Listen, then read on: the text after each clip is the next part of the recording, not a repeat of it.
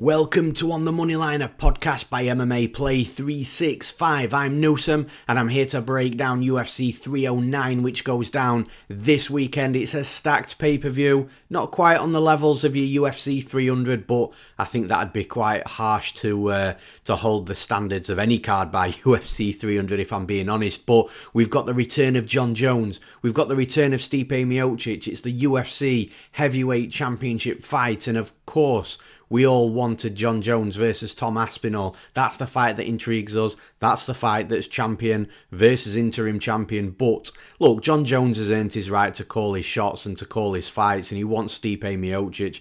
And remember, Miocic holds the record for most title defenses in the UFC heavyweight division. So from Jon Jones's perspective, there's value there in this fight for him. And of course, you know, it is naturally the fight that isn't the harder fight for him out of the two, if that makes sense. But look, it's a Jon Jones fight card. We get to see Stipe Miocic back again. It's a real veteran type of fight. And then we've got a good card in general as well. So I'm really looking forward to UFC 309. I think it's going to deliver. And look, that's delivering off the back of what we had last week as well.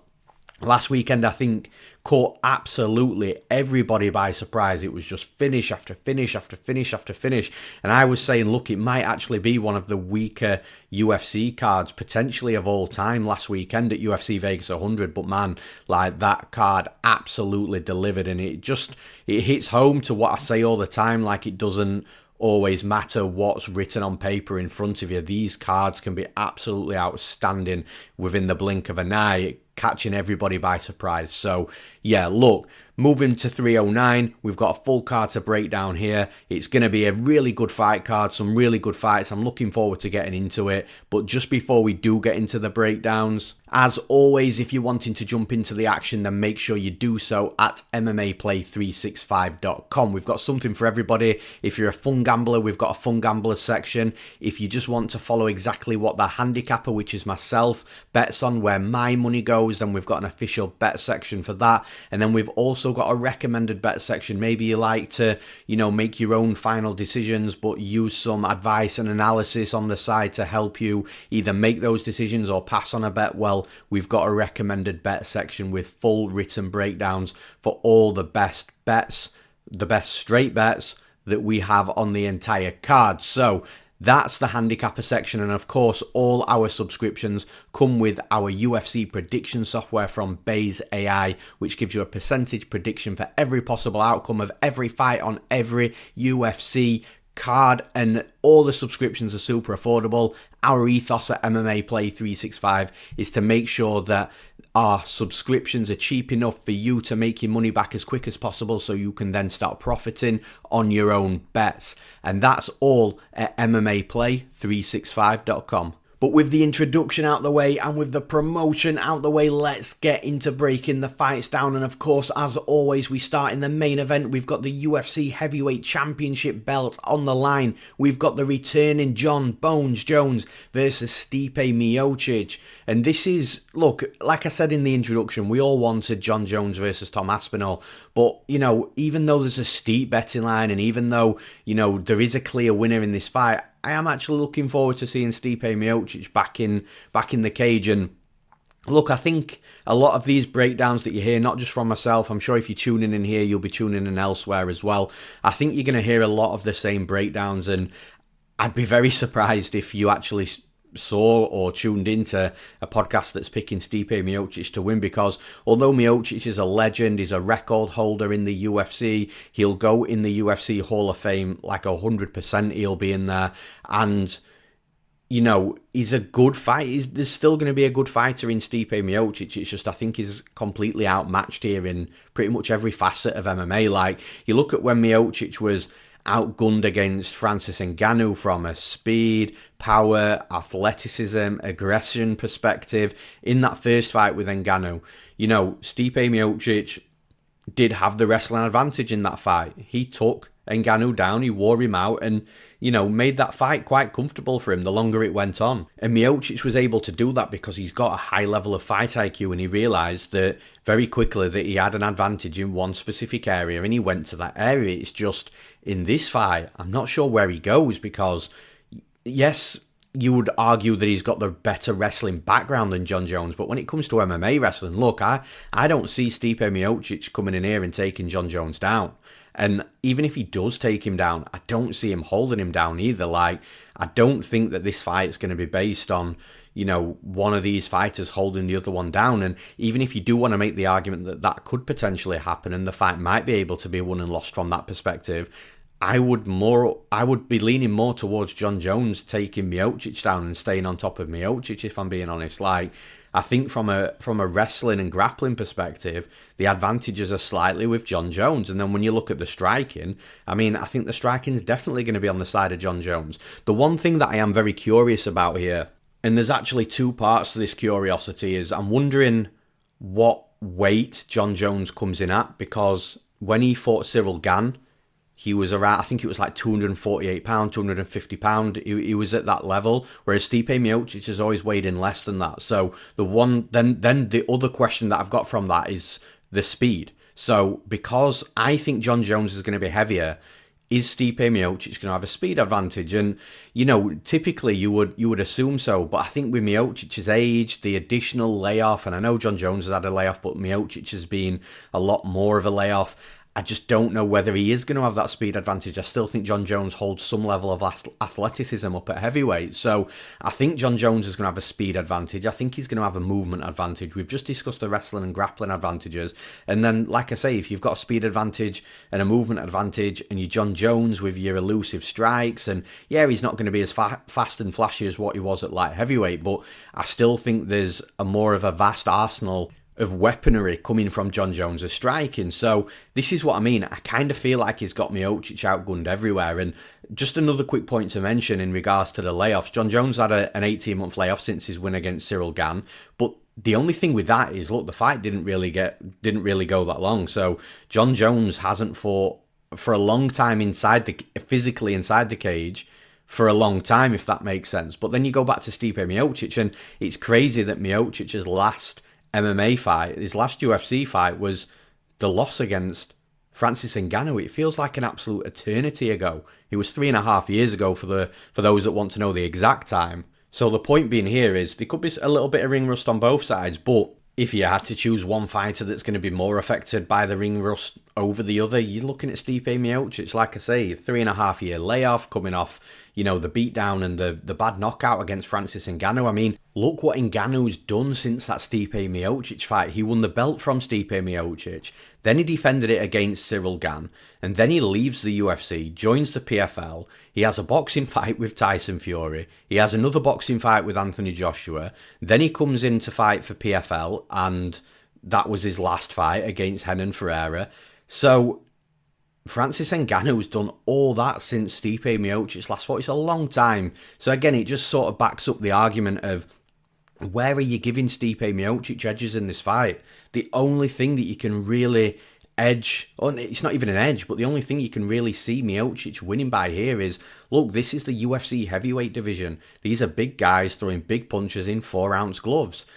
Maybe he lands on Jon Jones and knocks him out, but man, I think that's such a stretch to lean anywhere confident with that. It's such an unrealistic, well, I won't say unrealistic, it's such a low percentage probability outcome. Like, Jon Jones for me holds all the cards here. I think he's the better striker, the better MMA wrestler, the better grappler. I think he's faster. I think he'll be stronger. I think he'll be bigger. I think he's going to have better movement. He's got a wider variety of strikes. He's coming off less of a layoff than Stipe Miocic. He's coming off a win, whereas Stipe Miocic is coming off a loss. I'm just really struggling to give Miocic any real strong chance of winning this fight. I think it's all in the hands of Jon Jones. So for those reasons, I'm picking Jon Jones to win this fight and still the UFC heavyweight champion. And in the next fight, this is actually a featured co-main event, which means that it's 5 rounds. I love that it's 5 rounds. Do I think it sees 5 rounds? Probably not. We've got Charles Do Bronx Oliveira versus Michael Chandler 2. So, of course, this is a rematch, as I've just mentioned when I said number 2. So, the rematch, what happened the first time out, Michael Chandler, it was actually for the title as well. Michael Chandler came in there. He looked really good against Charles Oliveira. He was doing good work. He hurt Oliveira. He was on top of Oliveira. And then the gas just ran out for Chandler. Oliveira took over, and then he finished Michael Chandler. So that's pretty much how it happened. But that was actually in an era where Charles Oliveira was doing this to a lot of fighters. Like, he was getting beat on early in fights, and then he just comes back and gets the finish, whether it's a TKO, knockout, or a submission.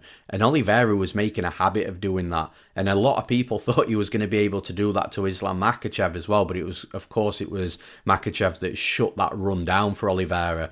And Oliveira, like I say, it was some run, including title fights, title defenses. And that'll, again, I talk about the UFC Hall of Fame. I think that'll put Charles Oliveira in, well, not just that'll put him in the Hall of Fame. You know, Oliveira's got a ridiculous amount of finishes. I think it might still be the most finishes in the UFC or the most submissions. It's one of the two. But Oliveira, like I say, it was some run, finishes, title fights, title defenses, and you know, it's hard not to appreciate what Oliveira did in that time. Now, again, you talk about layoffs because, you know, Charles Oliveira, he's coming off a loss, not a layoff, whereas Michael Chandler, he's coming off a couple of years layoff. I think it's like 2.5 years, and that's just because he was been waiting for that Conor McGregor fight. And I kind of feel sorry for Chandler in that respect because, for one reason or another, he's just been led along, I don't know whether that's from the UFC side, from Conor McGregor side, or maybe it's just an unfortunate situation where Conor McGregor was available to fight and, you know, it didn't work out at certain times, or then maybe injuries were picked up. I don't know, but I do kind of feel sorry for Chandler because it's not as if like he's a 25, 26-year-old fighter. A 2-year layoff, he could have filled those 2 years with probably maybe 2, 3, 4 fights, and maybe even 2, 3, 4 wins, and be in a completely different position right now. But like I say, he's got a co-main event slot on a UFC pay-per-view event. It's just not the Conor McGregor fight. It's just not the red panty night that he actually wanted. But in regards to how these match up, look, I don't think they match up any differently to what they matched up the first time. My only pause here is with Charles Oliveira. Like, Oliveira was on like I say, a resurgence. It was his era. He was the champion. He was the one that was a bit of a boogeyman, to be honest. You know, a difficult fighter to beat. But since he's lost the belt, he's now lost against Arman Tsarukyan as well. I just don't know whether that aura of invincibility has disappeared with Oliveira. Does he still have that same fight in him that he had when he was the champion? And the reason why that is such an important, integral part of this fight and breaking it down is because that's what Oliveira had in absolute spades to go and win the fights that he won. If he didn't have that level of fight in him, he doesn't become a UFC champion. He doesn't defend the belts because, like I say, he was having to go through a tough time. You know, the fire was on him. He was getting hurt. He was having to recover, come back, and then finish as well. And it was, like I say, you don't have those wins if that fight isn't as great inside of you. And I just wonder, now he's not a champion. Now he's coming in off a loss. Does he still have that same dog, that same fight in him? Because if he doesn't, I think Chandler knocks him out here. Like, Chandler's going to be coming into this fight. Yeah, like I say, he's not exactly got age on his side when it comes to, you know, being a young MMA fighter, but Chandler's still solid. He's still powerful. He's still athletic. He's still fast. And like I say, he can still put your lights out. I'm kind of leaning towards Michael Chandler here because Chandler almost beat Oliveira the first time around. If Oliveira is coming into this fight, like I say, doesn't have that same type of fight in him, or maybe he is declining a bit himself. You know, we've not really, it'd be harsh to say there's a decline there, and I'm not trying to say that. I'm just saying, like, I just don't think he's going to have that same type of fight and be that same fighter that he was when he was a champion. And I think Michael Chandler's going to have opportunities here. And also, Charles Oliveira doesn't need to do anything to tweak or can't really do anything to tweak how that first fight went, whereas Michael Chandler can. Chandler can be a little bit more patient. He can pick his shots a little bit better. You know, he's got 5 rounds to work with again, and he can use that time better than what he did the first time. So I think Chandler's the one that can make the tweaks to change the result from the first fight. And like I say, there's just, I don't know, there's from a betting perspective, with Charles Oliveira being like minus 250 or minus 200, whatever he is, it's in and around that. I just don't think there's value there because Chandler's live in this fight. So, like I say, I'm going on the side of, I think Charles Oliveira is going to be a slightly lesser fighter here than what he was the last time those two fought, and that could be enough for Chandler to make the tweaks and get the finish and get the win. So for those reasons, I'm picking Michael Chandler to win this fight. And in the next fight, we've got Bo Nickal versus Paul Craig. And this is an interesting fight because it plays, the fight's going to play out into where both fighters want the fight to play out. Like Paul Craig's going to get taken down by Bo Nickal. And I know that sounds very confident, but Bo Nickal's one of the most decorated wrestlers in the UFC. He was a decorated wrestler from a collegiate level in America. So it would be very surprising not to see Bo Nickal take Paul Craig down. The only way that I don't think he takes him down is if the strikes really start coming off, because Bo Nickal's still he's very much a fighter that's still in a developmental stage. Like his striking is developing. Even the wrestling from an MMA perspective will still be developing. The grappling will still be developing. He's not a fighter with Paul Craig's experience in MMA. And that's something on Paul Craig. That's one thing that Paul Craig's got on his side, absolutely, from an experience perspective. But I think that Bo Nickal's striking is getting somewhat dangerous. He is heavy-handed, and I think if he's really working on that boxing and the kicking game, this or the kickboxing, I think that Bo Nickal can be developing quite rapidly from a striking perspective.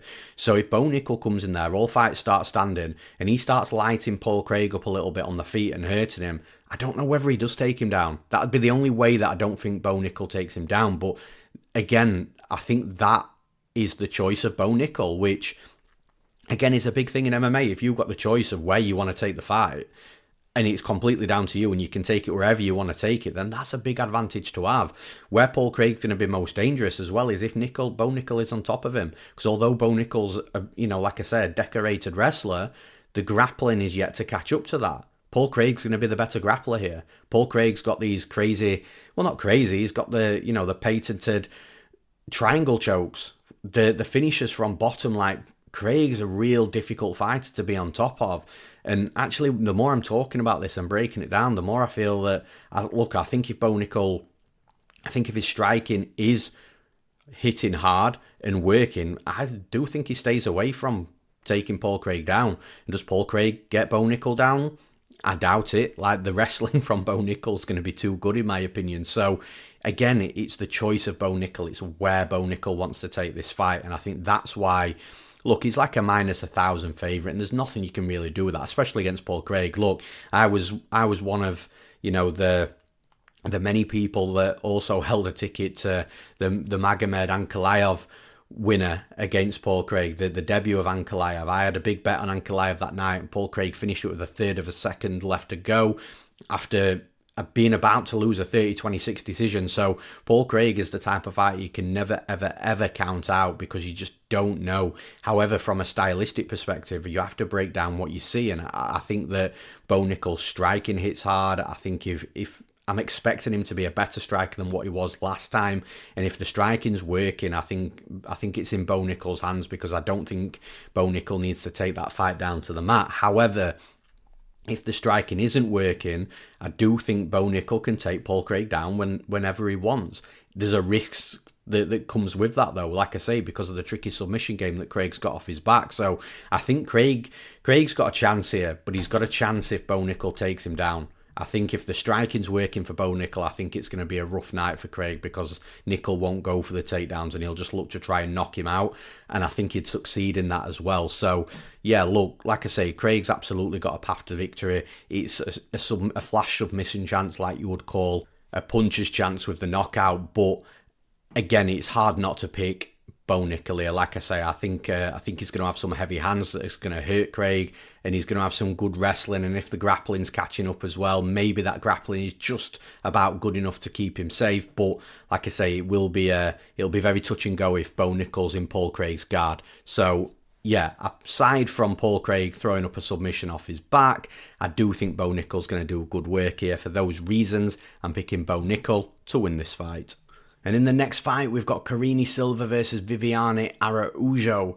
And I think this is going to be a tough fight for Viviane Araujo. Karine Silva just seems to be on a different level at the minute. Her striking's looking good. The wrestling or the takedown game is good. The grappling, of course, is always solid. And the thing is with Viviane Araujo, she's a good fighter herself. Again, she's got good striking. She's got decent power within the striking as well. Good wrestling, good grappling. It's just I think Karine Silva is a younger, hungrier and slightly better version of Araujo. And the other thing is as well, Araujo struggles to fight at a high pace for 3 rounds. And again, I think that's going to be an issue because that seems to, well, I was going to say it seems to be only a problem when Araujo's pushed, but it's in these high-paced fights, whether that's Araujo putting a beating on her opponent or her opponent putting a beating on her, if this fight isn't slow-paced, Araujo is going to tire quicker than what Silva's going to tire. And I think that's a real problem. Like, Silva did tire a little bit in her last fight against Ariane de Silva, but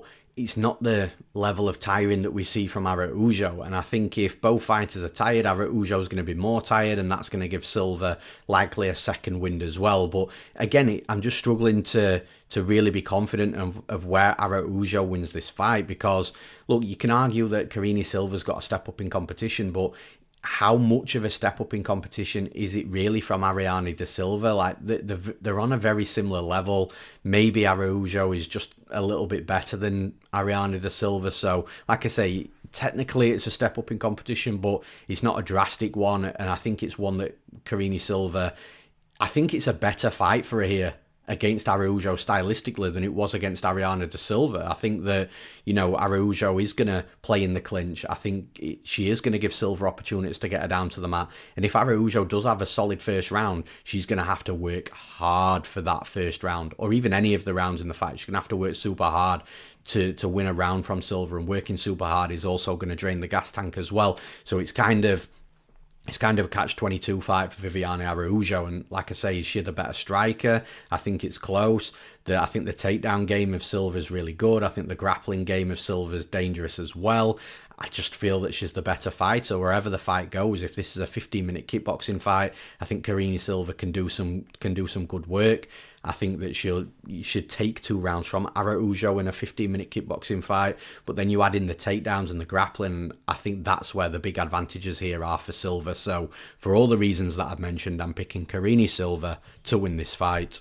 And in the next fight, we've got Mauricio Ruffy versus James Llontop.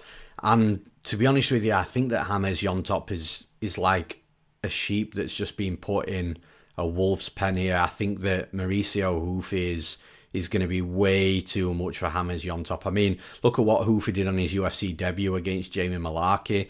He's just an absolute savage. He's fast-paced. He's creative with his strikes. He's powerful as well. He's huge for the division. He seems to be pretty much good absolutely everywhere. Great striking, wrestling, grappling, and then, like I say, you add the speed, the movement, the power, the strength, the creativity to it as well, and you've got yourself a real problem. And I really don't know how James Llontop is going to win this fight if he does, apart from it being that puncher's chance. But Ruffy doesn't look like he's a fighter that's gonna fall easily off a punch either, or is the type of fighter, I get the feeling, is the type of fighter that if you do hurt him or rock him or knock him down, that his recoverability is going to be good. His dog's going to kick in, and it's going to be really tough to put him out. And a fighter might spend a lot of the cardio and the gas tank trying to get him out of there and not get him out of there. He strikes me one of these types of fighters that's just going to be very, very difficult to beat before we even talk about how he's going to win fights. Can his opponent beat him? Is there an area where Hoof is weak for his opponent to beat him? And look, maybe we see more of that as he's making his way up into the rankings. I do expect to see Hoofy at some point in the top 15, and that's when we'll start seeing exactly how good he is when he's being tested by ranked fighters. But with James Llontop, he's on back-to-back losses, 0-2 in the UFC, Chris Padilla, Vyacheslav Borshev, and Hoofy's just on a completely different level to both of them. Like I say, Llontop might land a punch that sparks Hoofy out. This is MMA. I say it all the time. I've said it already on this podcast. 4-ounce gloves. Anything can happen. But look, I'm finding it hard to... I think Llontop's going to get really overwhelmed. I think Ruffy's going to feel the crowd. I think he's going to come out fast, hard. I think he's going to come out at 100 miles an hour, and I'm not sure Llontop's going to be ready for it. It's one of them where there's going to be a storm to weather for Llontop, but even if he weathers that storm, there's going to be another storm after that, and one of these storms is going to catch Llontop, whether it's early or whether it's probably, maybe past round 1, maybe into round 2, but I think that, look, if this is the Ruffy that we see against Jamie Mullarkey, that we saw against Jamie Mullarkey, I think that Hafez Llontop is in real trouble in this fight. I just don't see too much of a path to victory for him, or a path to victory at all. I think Ruffy's going to be way too much for him and better everywhere. So for those reasons, I'm picking Mauricio Ruffy to win this fight. And in the next fight, we've got Jonathan Martinez versus Marcus McGhee. And talk about a fall from grace. You had Jonathan Martinez last time out as a favourite against the legend, the Hall of Famer, the beast, Jose Aldo. And now he's sitting as an underdog to Marcus McGhee after a definitive decision loss against Jose Aldo. And look, I mentioned it with Ruffy a minute ago in last breakdown in regards to just being good everywhere, not really having a weakness and therefore being difficult to beat. And I kind of put Marcus McGhee in that same category as well. Like, the one thing I will say here is Jonathan Martinez is absolutely the best fighter that Marcus McGhee has fought in his MMA career, in the UFC. So this is a big step up for Marcus McGhee. But sometimes with these fighters, even though they're fighting against the lower level fighters in the division, you can still see there's a quality fighter in there. And the other aspect of that is when you are fighting the lower level fighters in the division, you are expected to handle those fights accordingly. And that's exactly what Marcus McGhee's done. He's 3-0 in the UFC with 3 finishes, and he's beaten the level of opponents he's beaten how he should be beating them. And he's earned this step up in competition against Martinez. But coming back to, Marcus McGhee and the weaknesses, like, the issue in beating McGhee is, where do you beat him? Like, the dude's a good striker, both offensively and defensively. His wrestling's good, both offensively and defensively, and so is his grappling as well. But then the other traits around McGhee as a fighter is he's very strong, he's physical, he's aggressive, he's in your face, and he's just he's a problem. He's going to be really, really difficult to beat because you're going to have to stop that forward pressure and aggression to get anywhere close to being super competitive with him. But he's not a fighter that's going to shy away from that. And, you talk about, okay, well, an opponent's got to get the respect first, and that's when they might calm down a little bit and slow down. But I think it's going to be difficult to get McGhee to respect you unless you actually hit him with something that wobbles him, rocks him, knocks him out. I just don't see that coming from Martinez. I think Martinez will hit him. Of course he will. It's a fist fight. But I don't think Martinez is going to hit him so hard that McGhee's going to be discouraged from coming forwards. Where I think Martinez is absolutely got to hone in on this is he's got to go back to these low kicks, because if these low kicks aren't there, McGhee is going to absolutely steamroll him, in my opinion. The low kicks have got to be there, because when you talk about respect and just being able to slow a fighter down, that's Martinez's only way, I think, in my opinion, of slowing Marcus McGhee down. Because if he batters that lead leg of McGhee, and I don't care if it's southpaw versus orthodox, we've seen Martinez batter, the inside of legs as well. You go back to the Adrian Yanez fight if you want a reference there. But Martinez has got brutal low kicks. If those low kicks take out the lead leg of Marcus McGhee struggles to stand, he struggles to put weight on it. Suddenly the aggression's not there anymore. He's not as fast, he's not as in your face, he's not putting that pace on than what he would if he had a fresh leg. So that's the way Jonathan Martinez wins this fight. And if Jonathan Martinez starts getting off on those low kicks very early in this fight, then it could be quite simple for Martinez the longer the fight goes on. And we might even see a finish from the leg kicks, because look, as tough as what Marcus McGhee is, and as good as he is, you can't condition those calves. You can't condition the lower leg. So if Martinez takes that lower leg out, it doesn't matter how tough and how good you are, the fight's going to be a wrap. So it's a real interesting perspective from that side of things. It's tough. You just don't know what you're going to get from Martinez in regards to those low kicks. The other thing that I don't like is I don't know what's happened here, but something has happened at Factory X, the gym that's head coached by Mark Montoya.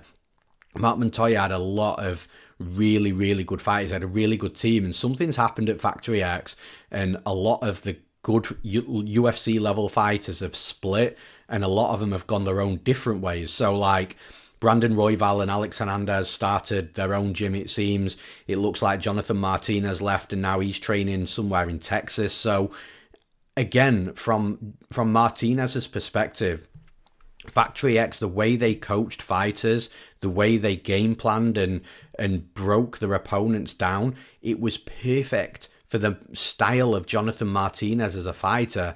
Is he going to have that same type of game plan? Is he going to be coached in the same way? And the answer is, I don't know. It's a tough one because, like I say, Martinez really had a great team around him, great training partners, and was coached a certain way based on the style that he fights in. And yeah, he fell short against Jose Aldo, but many do. Bautista should have as well last time out. But I really don't hold that loss against Martinez. It's just, like I say, there's some red flags in regards to the career changes, and then you've got an absolute monster who's got insane athleticism, power, speed, pace, aggression, good striking, wrestling, grappling, all offensively and defensively. I just feel that there's upside here on Marcus McGhee. Look, from a betting perspective, I kind of expected McGhee to be around this minus 150 range. It could come back in. I do think at some point there'll be some comeback on Jonathan Martinez here in regards to bets within the market, because if McGhee goes further out to like minus 175, then all the value is going to be there on Martinez. But like I say, Martinez, it's got to be the leg kicks. If it's not the leg kicks, I think he loses this fight. I just don't think he beats McGhee. But then the other side to this is, has McGhee got an answer for the defense of the leg kicks? Because again, it doesn't take a genius to know where Martinez is going to be strong in this fight. Surely Marcus McGhee at the MMA lab, they've got an answer for these leg kicks. That's where the leg kicks started from, with Benson Henderson at the MMA lab. So surely they've got an answer here. I think it's going to be a tough night for Martinez. The leg kicks might save him. Outside of that, I just think it's a tough fight. For those reasons, I'm picking Marcus McGhee to win this fight. And in the next fight, we've got Chris Weidman versus Eryk Anders. Now, from a matchup perspective, I quite like the matchup because both of these fighters, you got Chris Weidman at 40 years old, you got Eryk Anders at 37 years old. They're both on a huge decline, more so Chris Weidman. I still think Eryk Anders might have some athleticism and power left in him, but Chris Weidman, I just don't know what's left in Chris Weidman at this point. And the reason why I like the matchup is because they're both heavily on a decline and they're both aging. So it's not as if the UFC have put a young, hungry killer in front of any of these guys that are just going to wipe them out and make it look ugly. So because of that, I think we're going to have a somewhat competitive fight. Again, I think it's on Chris Weidman to determine where this fight goes. And I said the similar thing with Bo Nickal earlier on. The difference is Chris Weidman, I don't think, is going to be the better striker here. I think Chris Weidman's got to wrestle. It's how much do you trust him to wrestle? Because I've had a nightmare through Chris Weidman's career, analysing his fights and trying to pick and choose the moments where he wrestles. Like, I've bet on him thinking he's going to wrestle, and then he's not wrestled at all and lost. And then because he's done that, I've then bet against him thinking, well, he's not going to wrestle, and he loses a striking fight, and then he comes out hitting 3, 4, 5 takedowns in a fight, and I'm like, well, shit, like, that went complete, like, the tape that I'm watching is completely deceiving me. So again, like, I'm not confident that Chris Weidman wrestles. I mean, I'm not confident either. You just don't know what's going to happen. I think if Weidman does wrestle, he's the better wrestler. I think if he gets on top of Anders, he's going to be the better topside grappler as well. But that's just a big if. Like, Chris Weidman, he just doesn't seem to wrestle as much as what he used to. And is it a gas tank issue? Is it an issue from his broken leg that he suffered? We just don't know. Whereas with Eryk Anders on the other side, look, Eryk Anders isn't a slouch with the wrestling or grappling. It's just, I think Weidman's slightly better. Where Anders is going to have advantages here is physicality and power. And that might be what keeps him upright if Weidman tries to wrestle. That might be the only thing that keeps him upright. If Anders is using power and aggression and strength to defend the takedowns, and then it wears on Chris Weidman shooting these takedowns, then maybe Weidman starts getting tired.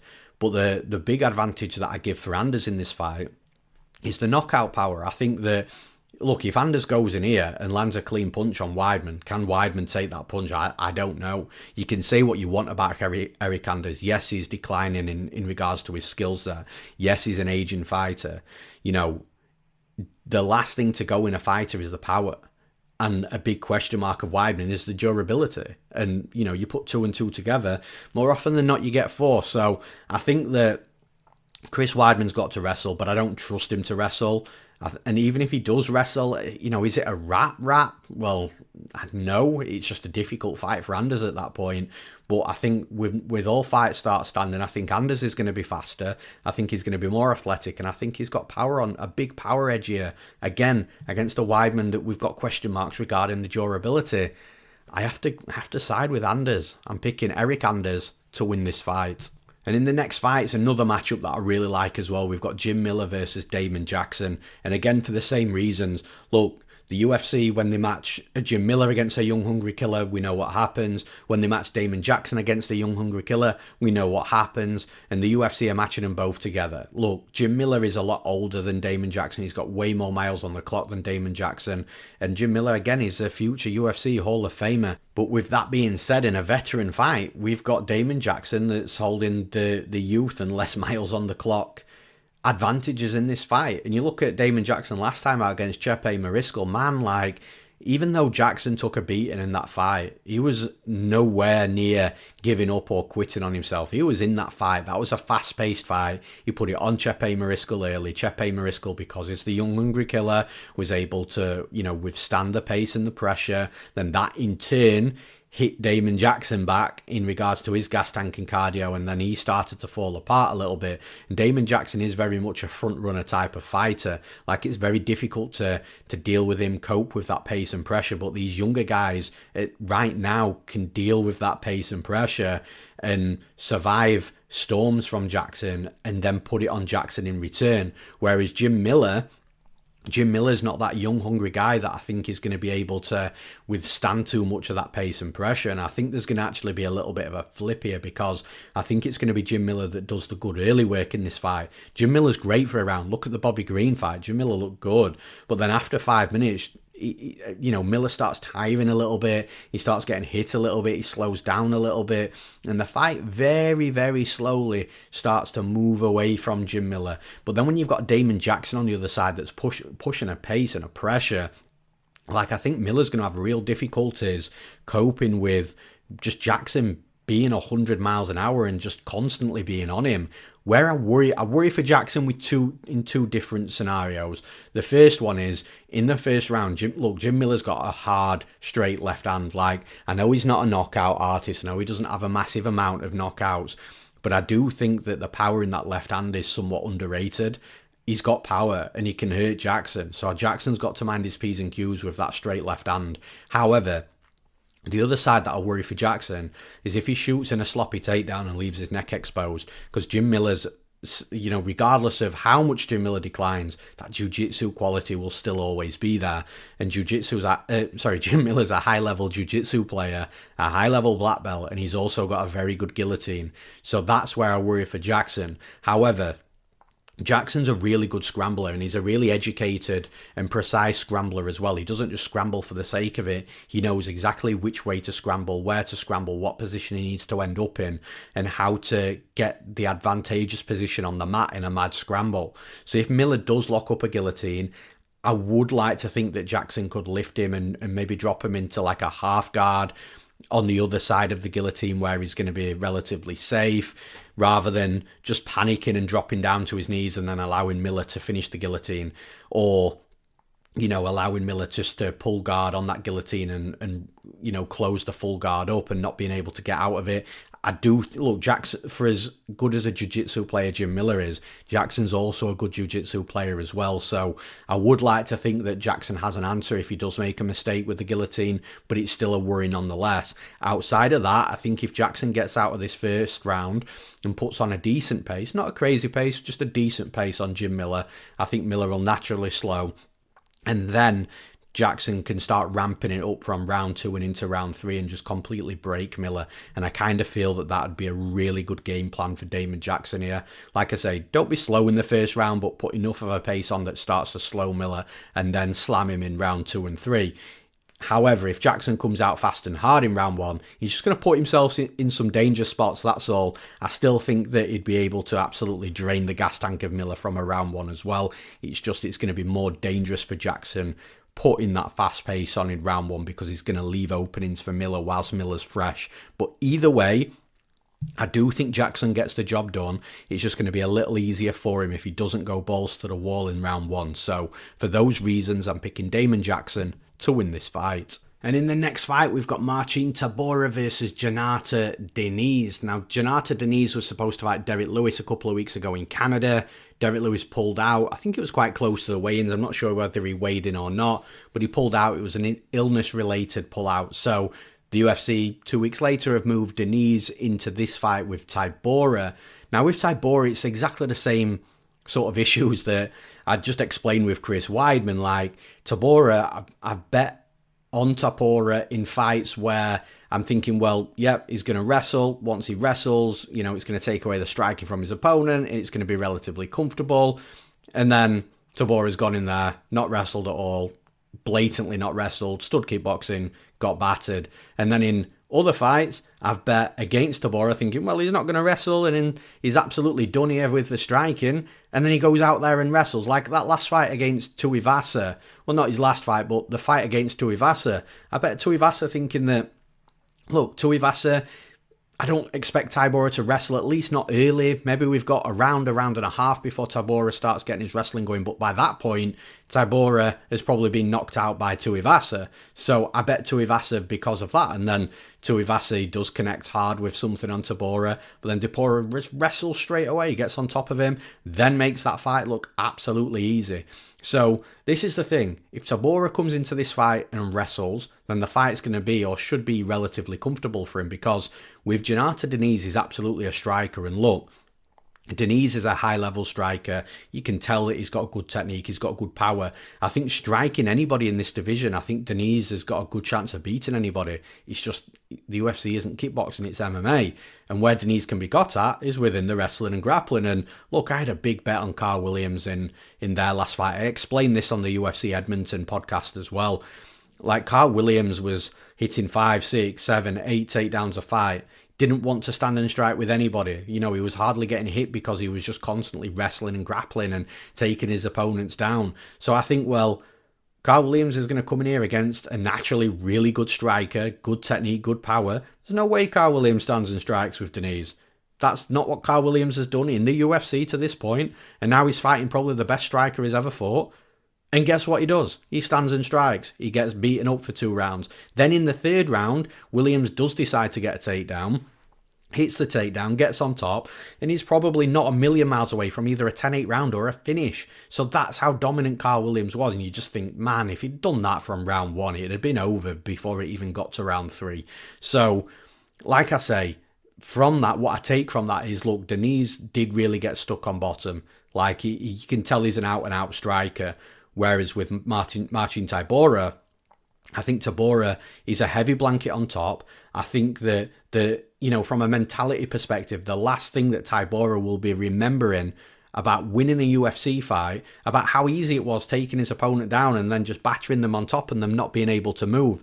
So that's the last thing that Tybura remembers from being in the cage and getting a win. Of course, last time out, Tybura got taken down and got finished. So again, from the last time Tybura was in a cage, he remembered being on the receiving end of not being the better wrestler and grappler. So I just think that Tybura is going to wrestle. Like, that's the conclusion that I've come to. I think even if he doesn't decide to wrestle straight away, once he feels a little bit of power from Diniz, that might activate the wrestling. It's just like I say, his last 2 fights, he's been on the receiving end of being... So he knows how hard it is being on the receiving end of not having the advantages in the wrestling and grappling. Then the fight before that, he was the fighter with the wrestling and grappling advantage and made it easy. So you just think that he's going to do the right thing here. At least that's the way that I'm leaning. If he doesn't, though, Diniz is going to absolutely blast him and knock him out. But that's why I'm siding with Tybura, because I do think because of that, he gets the wrestling and grappling going, and we've seen big holes of that aspect of Jhonata Diniz's game. So for those reasons, I'm picking Marcin Tybura to win this fight. And in the next fight, we've got an interesting one between Gall and Ramiz Brahimaj. Now, I'll be honest, I'm not massively confident either way here. Like, Gall is not a fighter that I've ever been super high on. Like, I've picked him in certain spots. Like, he has a good grappling game. And to be fair, he developed his striking as well in the UFC and has got plenty of UFC experience. So, I picked him in certain spots, but I've never been massively high on him. Then with Ramiz Brahimaj, it's the opposite. When he came into the UFC, I was massively high on him. I thought he was a solid fighter. I thought he was going to do well. He was young enough to develop. He was at the right team. He had a good base with the wrestling and grappling. And then it just never really came off for him. And I've lost multiple. To be fair, I won my first bet on him that I played, but then lost a couple after that. But like I say, he's one of them where I wasn't right about Brahimaj. Like, I thought Brahimaj was going to turn into something quite good and entertaining, and a fighter that's going to rack up multiple wins in the UFC, go on a bit of a win streak, and look quite good in doing so. But we just haven't been blessed with that, unfortunately. And now we've got this fight where we've got Ramiz Brahimaj, who I was high on, that I'm not so much anymore, and against Gall, that I've never really been high on, but I appreciate the developments and the experience that he's got inside the UFC. So yeah, it's a tough one to call. Now, when you're looking style versus style, like, Brahimaj is absolutely a wrestler and grappler. The thing is, Gall likes to grapple. So again, you're asking yourself two questions. One, is Brahimaj a better grappler than Gall? Because Brahimaj is the more likely fighter to engage the wrestling and grappling here. If he's not a better grappler than Gall, he's going to be putting himself into the fire. The other thing you've got to question is Brahimaj the better grappler here? Because if Gall's not the better grappler, but might think he is, Brahimaj might be able to get takedowns and control time with Gall just playing guard and thinking that he's the better grappler and trying to get the better of Brahimaj on the mat. And by doing that, the minutes just run down, the clock runs down, and Brahimaj ends up, racking up a load of control time. I don't think Brahimaj is going to take Gall down and submit him. I think I would be very surprised about that. And on the same token, I don't think Gall's going to get Brahimaj down and submit him either. If the fight is won and lost within the wrestling and grappling, then I do think that Brahimaj is the more likely fighter on top, which means that he's the more likely fighter to win. But I think there's going to be some good moments striking here, and I think Gall is a much better striker than Brahimaj. Like, look at Gall's last fight with Bassil Hafez, which we'll talk about Hafez in the next fight, in the next breakdown. But Gall showed a decent level of striking. Even though he was beaten somewhat comfortably, Gall can strike, and I think Gall's a better striker than Brahimaj. Now, if Gall can match Brahimaj's grappling and either get taken down and stand right back up, or sweep and reverse positions, then that creates a fight that's won and lost on the feet. So we've got two scenarios here. We've either got the scenario where Brahimaj is the better wrestler and grappler and can keep Gall down, or Brahimaj is not the better grappler and Gall can get back up to his feet and keep the fight standing, or have the majority of the better moments of the fight standing. They're the two scenarios, so it's pick one. And I'm actually going to side with the fact that I think Gall will be able to stand back up if he's taken down. I think Brahimaj is a good wrestler. He's a good grappler at a certain level in this UFC, lower down in the division. But I think Gall will have dealt with grapplers of the level of Brahimaj, if not better, enough to at least be able to stand back up to his feet. And then whilst the fight's on the feet, I just think Gall's the better striker. So for those reasons, I'm picking Gall to win this fight. And in the next fight, we've got Oban Elliott versus Bassil Hafez. Like I say, we're going to talk about Bassil Hafez, and that was a really good fight last time out against Gall. Like, Bassil Hafez is a relatively sized underdog in this fight. I think it's like plus 180 or something, and I'm really struggling to see why, because, look, I get the Oban Elliott side, I'll cover that in a minute, but from Bassil Hafez's perspective, he came into the UFC on super short notice, nearly beat Jack Della Maddalena, and some people thought that he should have won the decision on that fight as well. I'm like 50-50. I think you put a different set of 3 judges in 10 times out. I think Hafez probably wins that fight 5 out of those 10 times. Like, by the time that went to a decision, it was literally a coin flip, in my opinion. if you're absolutely pushing me for which side I'd lean, maybe towards Jack Della Maddalena. But like I say, it was super, super close. Now, to put that in perspective, like I said, it was short notice for Hafez. It was his UFC debut. And Jack Della Maddalena was killing everybody. He's just beating Gilbert Burns. So, like, that was Hafez's first fight in the UFC. Then he comes in his second fight in the UFC. Solid performance. Great entertaining fight. Batters Mickey Gall for 3 rounds. Now he's an underdog. Like, it just, yeah, it's very surprising how the market's reacting to Oban Elliott, which brings me on to Oban Elliott's side. Like, look, before I get into Oban Elliott as a fighter, there's clear market overcorrection here. And the reason being is, look, Oban Elliott went into his last fight against Preston Parsons as an underdog and won, but won comfortably. So not only did the bookies have to pay out for the underdog, the public that had been betting Preston Parsons had all lost their bets, whether that be singles, straights, parlays, whatever. So the public, the betting market, lost money on Preston Parsons as a favourite, and the bookies had to pay out for the underdog. And it was a clean win as well. It wasn't one of these where it's a split decision that can go either way. Like, Oban Elliott looked really good against Preston Parsons, and one of the best aspects of that fight was the wrestling defense, which again I'll get into of Oban Elliott, but because Oban Elliott won as an underdog really clean, really comfortably, no controversy, and looked good in doing so, there's no way he can be an underdog in this fight again. So also because of that, the public are betting on Oban Elliott because of how good he looked last time out. I think this is kind of a trap bet though, because Oban Elliott, like I say, he had a great performance, takedown defense looked solid, striking looked good. And like I said, it was clean. But you look at Bassil Hafez. Bassil Hafez has got power within his striking. He's got decent striking himself. When you look at the grappling edge here, Bassil Hafez is a really, really good grappler. Like, I think Hafez is going to be the better grappler in this fight. Then when you look at the wrestling, Hafez has got different type of wrestling to Parsons. Parsons, he's got good entries, but some of the takedowns can be telegraphed at times, whereas Hafez, he'll happily strike, and then just when he feels an urge to wrestle, he'll wrestle. It's hard to really time that takedown entry, because I don't think Hafez knows until that split second where he makes that decision. So I think Hafez will be able to wrestle successfully here against Elliott, where Parsons wasn't able to do that because Parsons telegraphed it a little bit more. So basically, all I'm saying for this fight is that you've got Oban Elliott that's the more point-scoring type of striker, slightly more technical, versus the power striker of Hafez, who isn't quite as technical, but will look to try and knock you out. And again, depending on what mood the judges wake up in the morning, depends on which side of that they prefer.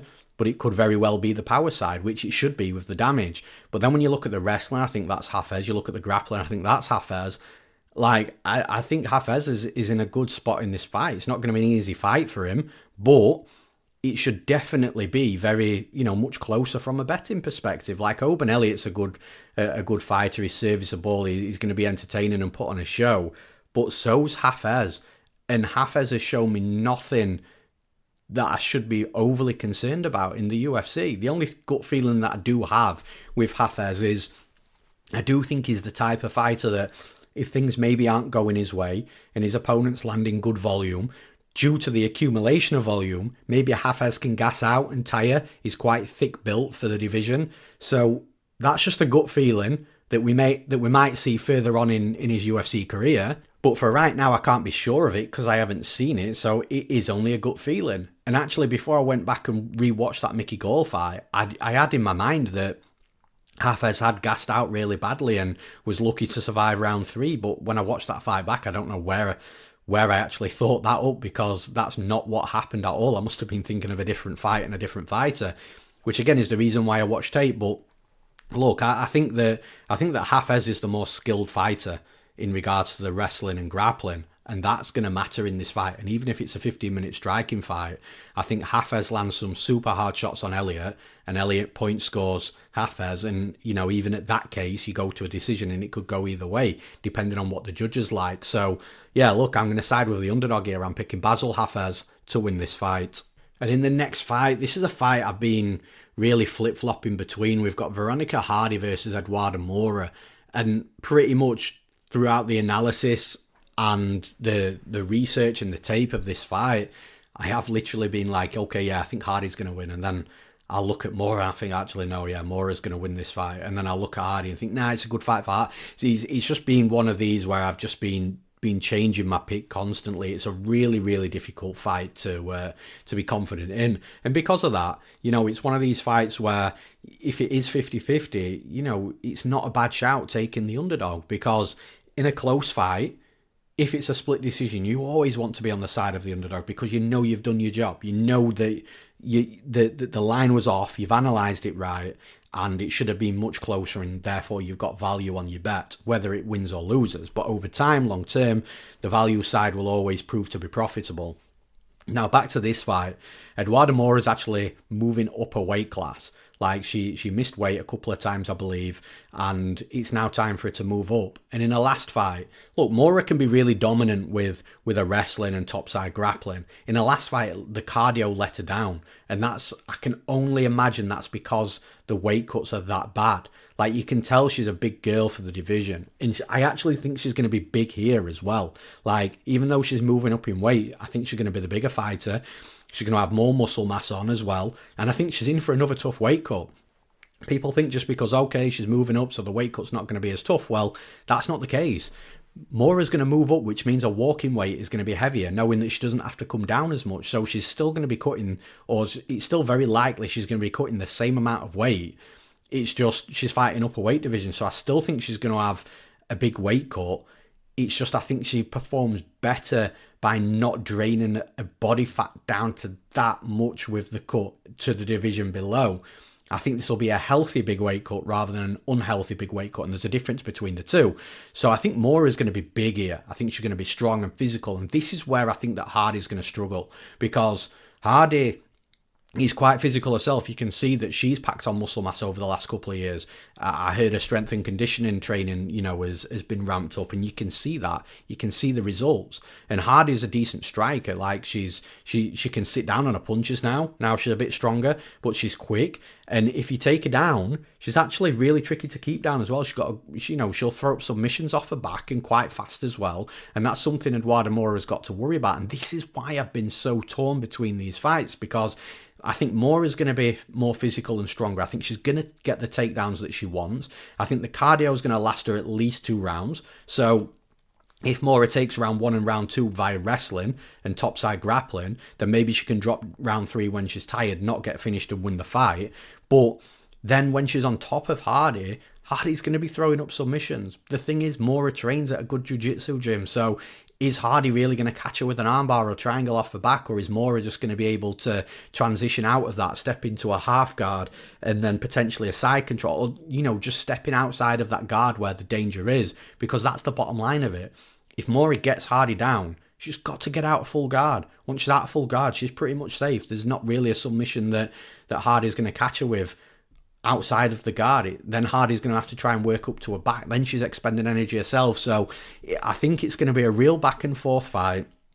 But with how urgent the takedowns are in Moura's game and a game plan, and then the added size and strength that she's going to have in this fight, and probably a less harsh weight cut than she's had now she's moving up in weight, I kind of feel that there's some upside here for Moura against Hardy, who might end up trying to play guard and nothing coming off from it, and then again losing minutes on her back. So like I say, it's a very close fight, well-matched fight, striker versus grappler in my opinion, and I think the grappler's going to come out on top. I'm picking Eduarda Moura to win this fight.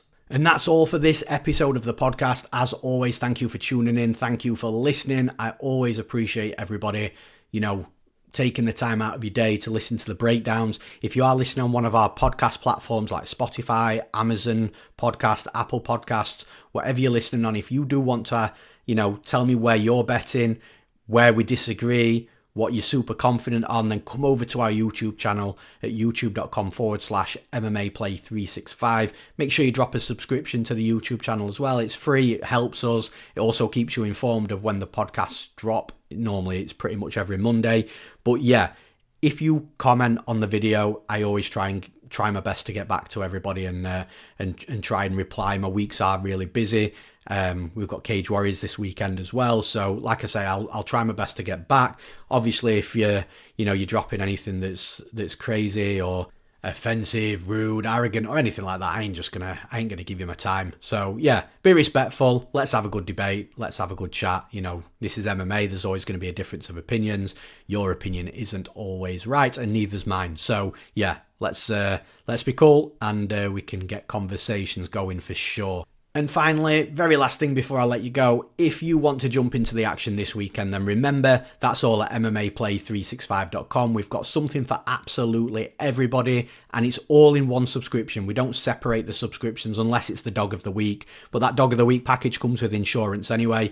But yeah, unless it's the Dog of the Week, we don't split anything up for you. It's either $5 for one event, $10 a month, or $99 for the year. Super affordable. That's all at MMAplay365.com. Remember to bet and gamble responsibly whilst you're at the bookies as well. That's all from me. I'm Newsome. Thanks for listening. We'll see you again next week.